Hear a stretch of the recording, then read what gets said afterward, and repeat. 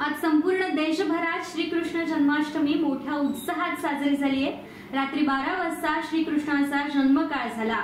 श्रीकृष्णाला पाळण्यात झुलवल्यानंतर खेडमधील चौकात दहीहंडी फोडून श्रीकृष्ण जन्माष्टमी साजरी करण्यात आली।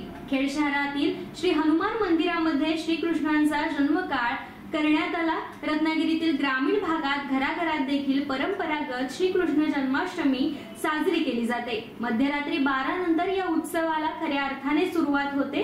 श्रीकृष्णाच्या मूर्तीची विधिवत पूजा केली जाते, त्यानंतर अभिषेक करून पाळण्यात विराजमान केलं जातं। हा सोहळा उत्तरोत्तर रंगत जातो, पाळणा गायला जातो आणि श्रीकृष्णाचा आनंदोत्सव साजरा केला जातो। टाळ मृदुंगाच्या तालावरती बाळ गोपाळ फेर धरून नाचत असतात। गेल्या अनेक वर्षापासूनची ही परंपरा कोकणात जपली जाते। रात्री 12 वाजता श्रीकृष्णांना पाळण्यात घालत हनुमान मित्रमंडळाच्या बाळ गोपाळांनी ढोल ताशाच्या गजरात मंदिरातील मानाची दहीहंडी फोडली आणि त्यानंतर बाजारपेठेतील दहीहंड्या फोडून पुढे मार्गस्थ होत कुंभाराळी परिसरातील मानाची दहीहंडी फोडण्यात आली। यानंतर सर्व बाळ गोपाळांनी दही काल्याचा आनंद लुटला।